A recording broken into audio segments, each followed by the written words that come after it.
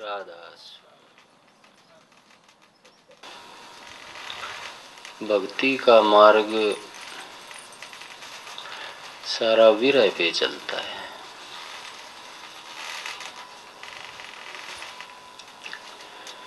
एक ही शब्द भक्त को मालिक के चरणों में लीन कर देता है।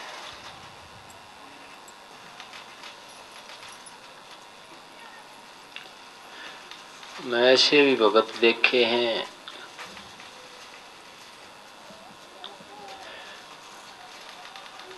जो बात करते करते आंखों में पानी गिरने लग जाता है उनके, लेकिन जब मैं उनकी करनी और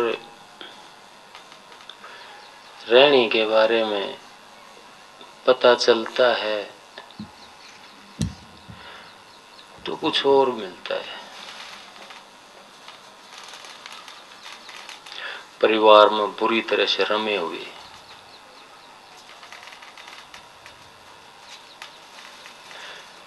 विरह तो होता है उनके अंदर,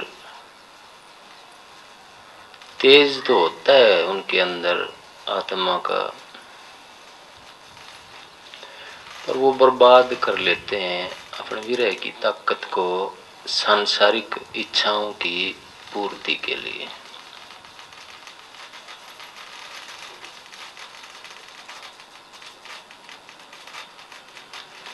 लेकिन जो भगत होता है भक्ति मार्ग में, सांसारिक चीजों को ज्यादा तवज्जो नहीं देता।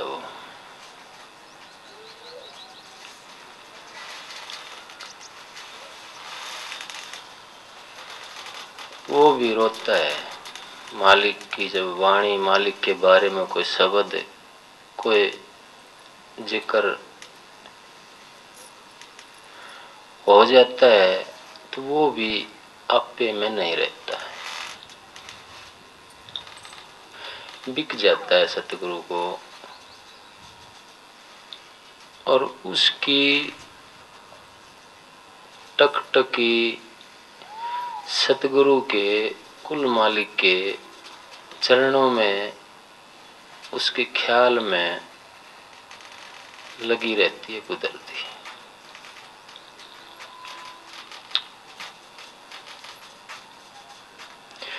भक्ति का मार्ग ऐसा ही है। इसमें हम दिनोद जाते थे मेरे सतगुरु के पास,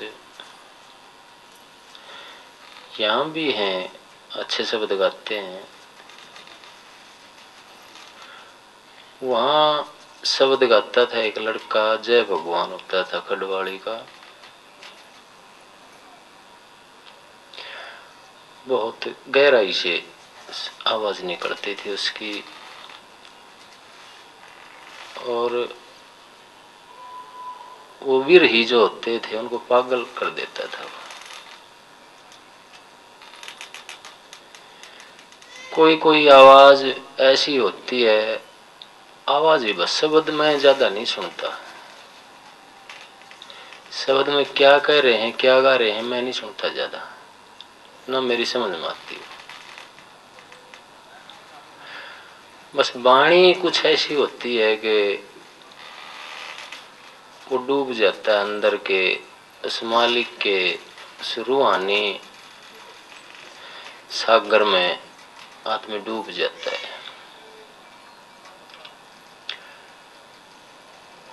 बस वहीं पूर्ति हो जाती है भक्ति की। सारी जिंदगी लगे रहो, कुछ पल ऐसे आ जाते हैं भगत की जिंदगी में,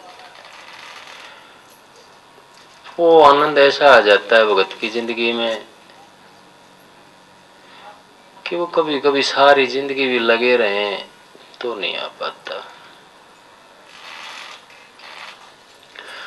हम तो परिवार में बालक बच्चों के झमेले से ही नहीं निकल पाते। खूब सत्संग भी अटेंड करें, ध्यान में भी खूब बैठते हैं, लेकिन जब तक उस विरह के सागर में, उस वियोग में, उस मालिक की तड़फ में नहीं जाता 2 सेकंड, 2 मिनट, 4 मिनट के लिए, तब तक एक पूर्ति नहीं होती है। तो ये टकटकी लगती है मालिक के चरणों में। और सतगुरु भी अपने शिष्य को सेधते हैं टकटकी से।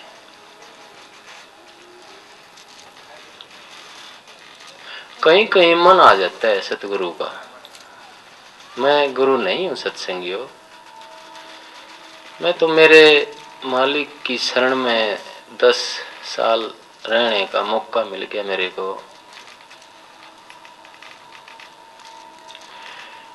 एक संगति, एक आदमी की संगति कुछ पल के लिए भी मिल जाती है तो मैं समझता हूँ कि आदमी तर सकता है, सारा जीवन उसका कामयाब हो सकता है।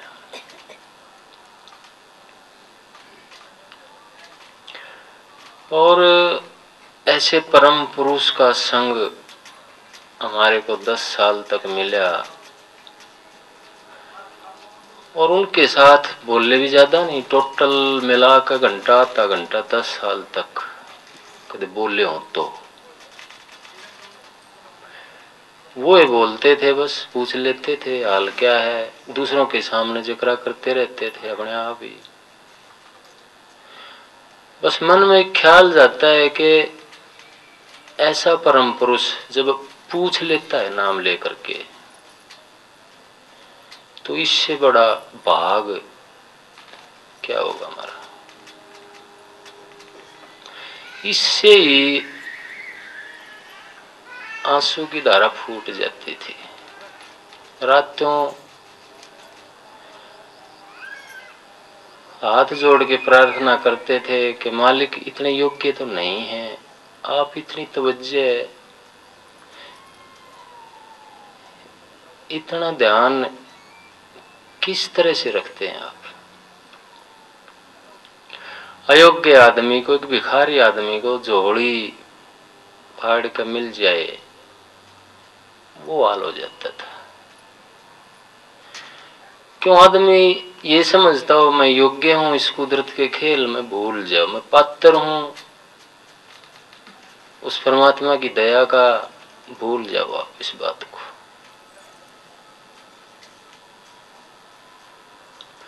पल पल हम कुदरत का हिस्सा हैं, लेकिन पल पल कुदरत हमारा पोषण कर रही है। कोई कहता है कि मैंने तो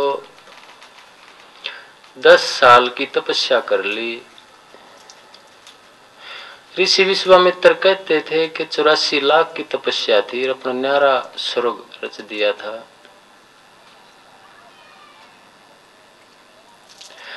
कितनी तपस्या कर लो, कुदरत 2-4 मिनट के लिए अपनी हवा, सांस, प्राण देना बंद कर दे तो कहां जाएगी वो पात्रता। इसलिए प्राण को प्रणव पुरुष ओम कहा गया है, सबसे बड़ी ताकत मानी गई है और उसका रूप माना गया सूर्य को इस संसार में। वैसे तो प्राण कण कण में समाया हुआ है जो जीवन देता है इस सृष्टि को, लेकिन साकार रूप में उसकी पूजा सूर्य ब्रह्म कह के, सूर्य नाद ब्रह्म भी कहा गया इसको, सूर्य सावित्री भी कहा गया इसको। इसलिए इसकी पूजा का विधान रखा गया है। ये सबको रोशनी देता है, सबको जीवन देता है, ना कोई हिंदू को देखता, ना किसी को मुसलमान को देखता है ये, ना किसी ब्राह्मण को जानता है ये, ना किसी शूद्र को जानता है ये। धर्म और भगवान मैंने तो वो माने हैं जो किसी में फर्क नहीं करें।